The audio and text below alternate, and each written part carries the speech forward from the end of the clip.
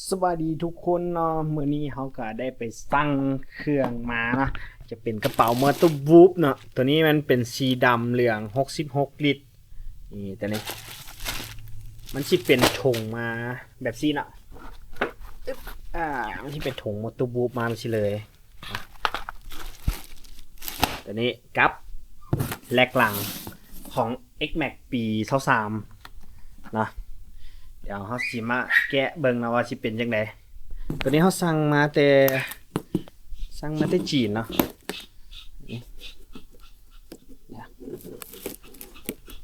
กำลังแกะให้เบิ่งตอนนี้อยู่คนเดียวบ่มีไฟซอยแขนก็สิบังกล้องหน่อยนึงอ่ะขออภัยเบิ่งเขาสิสไลด์ออกมาให้เบิ่งนะสิเป็นแล้วเดี๋ยวโอ้โหใส่ถุงมาดีดะเดี๋ยวเด้อโอ้โหเป็นเสื้อเดี๋ยวผมขอตั้งกล้องก่อนตั้งกล้องก่อนถูกโอ้โหใส่ผ้าชิมาดีดะวิคักว่าแพ็กเกียแพ็กมาดีขนาดจะไปทงชิบมาให้เลยเนาะนี่โอ้คักไรนี่ตัวนี้เขาสามารถเอาไปใส่เครื่องก็ได้เนาะหรือว่าเอาใส่อย่างก็ได้เนาะนี่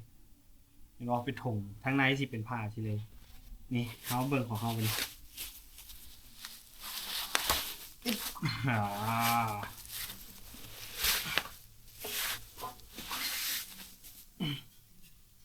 โหอันแบบไง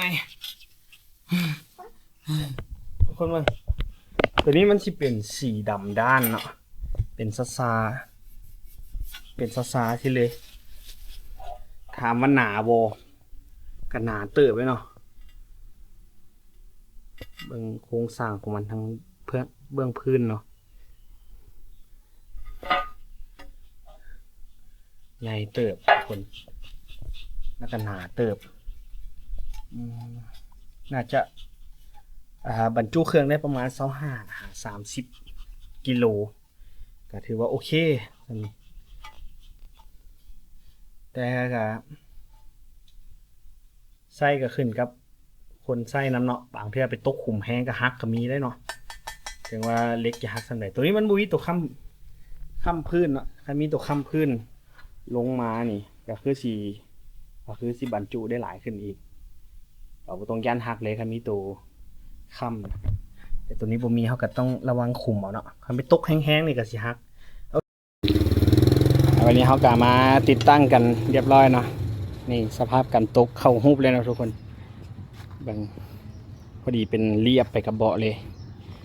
ตัวนี้ก็ใส่น็อตเก่าของกันตกอะไรเนาะแล้วก็เป็นบูทเก่าของกันตก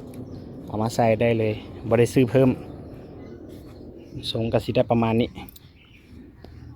เห็นบ่มืดบ่เดี๋ยวนี่ประมาณนี้แหละเนาะ